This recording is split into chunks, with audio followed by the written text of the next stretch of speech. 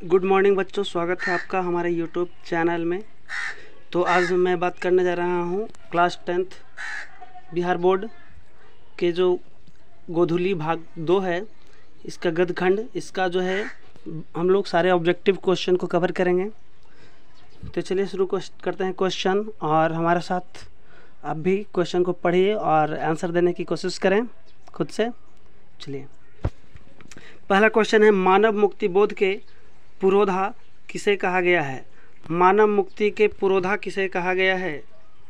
तो मानव मुक्ति का पुरोधा जो है, ऑप्शन यहाँ पर देखिए, नलिन विलोचन शर्मा, यतीन्द्र मिश्र, भीमराव अंबेडकर या अमरकांत। तो इसका जो है हमारा राइट आंसर हो जाएगा इसमें सी। इसमें हमारा राइट आंसर हो जाएगा सी, भीमराव अंबेडकर। ठीक है, मानव मुक्ति पुरोधा किसे कहा गया है? तो यह कहा गया है भीमराव अंबेडकर को। चलिए दूसरा क्वेश्चन देखते हैं, भारत में जाति प्रथा का मुख्य कारण क्या है? तो भारत में जो है जाति प्रथा का मुख्य कारण ऑप्शन में है, ए में बेरोजगारी, बी है गरीबी, उद्योग धंधों की कमी अथवा अमीरी। तो यहाँ पे हमारा राइट आंसर चला जाएगा ए के साथ, बेरोजगारी। भारत में जाति प्रथा का मुख्य कारण है बेरोजगारी।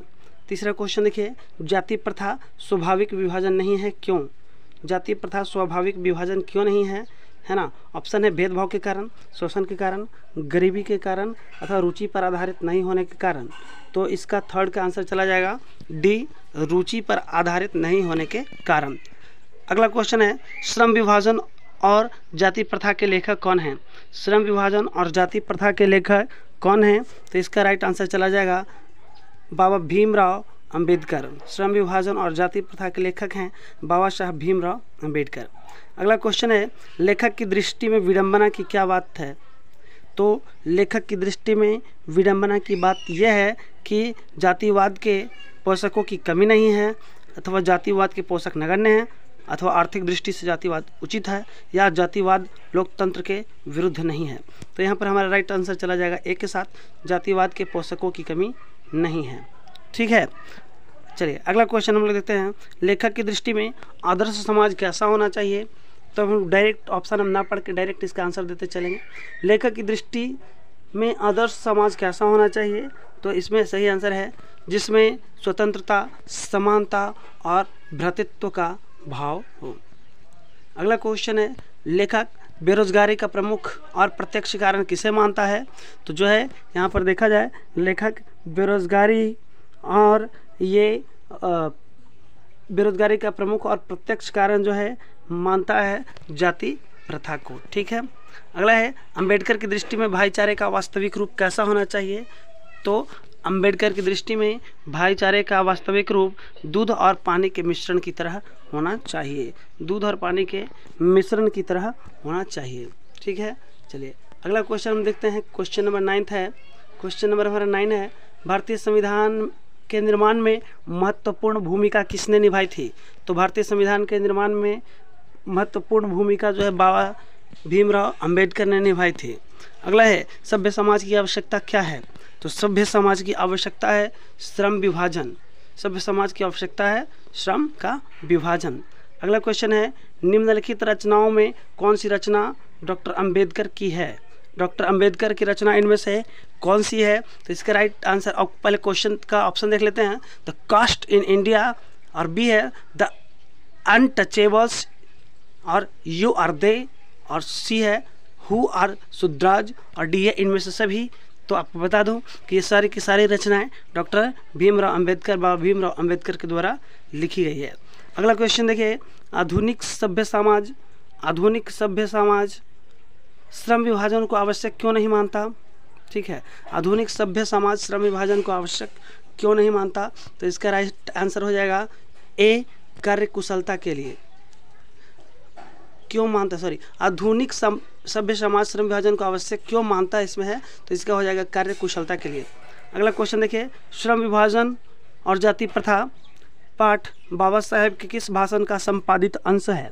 तो यह जो है सी, एनहिलेशन ऑफ कास्ट, इससे उद्धृत है, इससे संपादित अंश लिया गया है।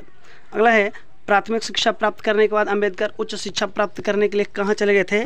तो उच्च शिक्षा प्राप्त करने के लिए ये न्यूयॉर्क चले गए थे, न्यूयॉर्क, ठीक है, जो कि अमेरिका में है। अगला है अंबेडकर के चिंतन व रचनात्मकता के लिए प्रेरक व्यक्ति कौन थे? इनमें से कौन है जो कि अंबेडकर उनको जो है अपने जीवन में आत्मसात किए? बुद्ध, कबीर, ज्योतिबा फुले अथवा इनमें सभी? तो इसका राइट आंसर हो जाएगा डी, इनमें से सभी।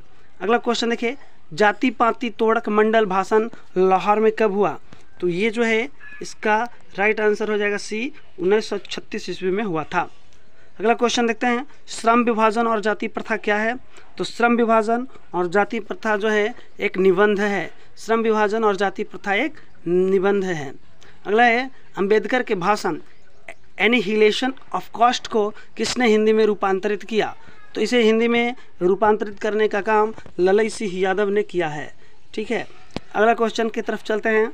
अंबेडकर का जन्म किस परिवार में हुआ था? ब्राह्मण, क्षत्रिय, दलित अथवा कायस्थ? तो हमारा राइट आंसर चला जाएगा सी, यानी कि दलित। चलिए अगले क्वेश्चन की तरफ देखते हैं। क्वेश्चन नंबर 20 है, लेखक को इस युग में कहाँ पर विडंबना दिखाई दिया? लेखक को, क्वेश्चन नंबर 20 देखिए, लेखक को इस युग में कहाँ विडंबना दिखाई दिया? तो इसका राइट आंसर हो जाएगा जातिवाद में, जातिवाद में। अगला है डॉक्टर भीमराव अंबेडकर के माता का नाम क्या था? तो भीमराव अंबेडकर के माता का नाम जो है भीमाबाई था। भीमराव अंबेडकर के माता का नाम भीमाबाई था। अगला क्वेश्चन है, डॉक्टर अंबेडकर ने पीएचडी की उपाधि कब धारण की? तो डॉक्टर अंबेडकर ने पीएचडी की उपाधि 1916 ईस्वी में धारण की थी। 1916 ईस्वी में धारण की थी। Next question, the caste in India their mechanism किसकी रचना है? The caste in India their mechanism किसकी रचना है?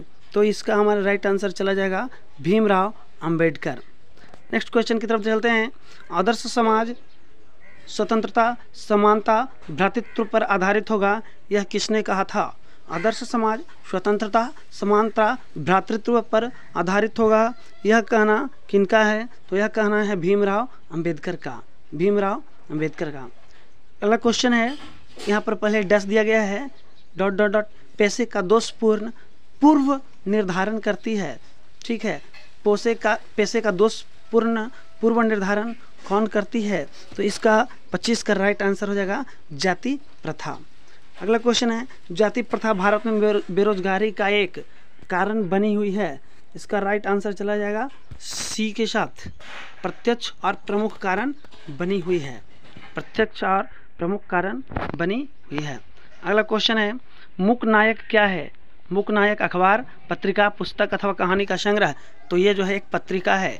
मूक नायक एक जो है पत्रिका है। अगला क्वेश्चन है, डॉक्टर भीमराव अंबेडकर की मृत्यु कब और कहाँ हुई थी? तो डॉक्टर भीमराव अंबेडकर की मृत्यु 1956 ईस्वी में दिल्ली में हुई थी। Next question, doctor Bhimrao Ambedkar का जन्म कब हुआ था? तो डॉक्टर भीमराव अंबेडकर का जन्म 14 अप्रैल 1891 ईस्वी को हुआ था। 14 अप्रैल 1891 ईस्वी को। नेक्स्ट क्वेश्चन, डॉक्टर भीमराव का जन्म कहाँ हुआ था? तो डॉक्टर भीमराव का जन्म महू मध्य प्रदेश में हुआ था।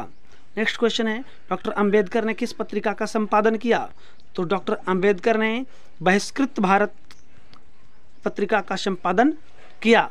अगला क्वेश्चन है, भारतीय संविधान का निर्माता किसे कहा गया है? तो भारतीय संविधान का निर्माता भीमराव अंबेडकर को कहा गया है। नेक्स्ट क्वेश्चन है, डॉक्टर अंबेडकर का वाङ्मय हिंदी के कितने खंडों में प्रकाशित हो चुकी है? तो यह जो है 21 खंडों में प्रकाशित हो चुकी है। चलिए अगला क्वेश्चन देख लेते हैं। अगला क्वेश्चन हमारा है कि क्वेश्चन नंबर 34, आधुनिक सभ्य समाज कार्य कुशलता के लिए किसे आवश्यक मानता है? तो यह जो है आवश्यक मानता है श्रम विभाजन को आवश्यक मानता है। नेक्स्ट क्वेश्चन है, डॉक्टर अंबेडकर के पिता का नाम क्या था? डॉक्टर अंबेडकर के पिता का नाम जो है रामजी सकपाल था।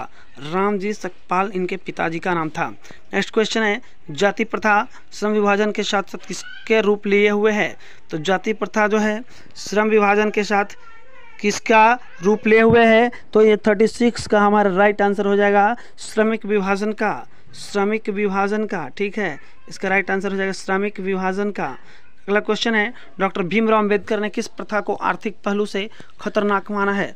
तो हमारा 37 का राइट आंसर हो जाएगा जाति चैप्टर था। ठीक है, तो इसी तरीक़ा से हम लोग बारी बारी से सारे चैप्टर को कवर करेंगे। आशा करता हूँ कि आपको वीडियो पसंद आया होगा। अगर आपको वीडियो पसंद आए तो कृपया लाइक करें और हमारे चैनल को सब्सक्राइब ज़रूर कर लें, ताकि हमारे आने वाले हर वीडियो का नोटिफिकेशन आप तक पहुँचता रहे। क्लास 10th बिहार बोर्ड 2022 के लिए काफ़ी बहुत ही महत्वपूर्ण क्वेश्चन आपके सामने मैंने उपलब्ध करवाया। इससे एक्स्ट्रा क्वेश्चन नहीं पूछे जाएंगे, इसकी गारंटी है। धन्यवाद। जय हिंद, जय भारत।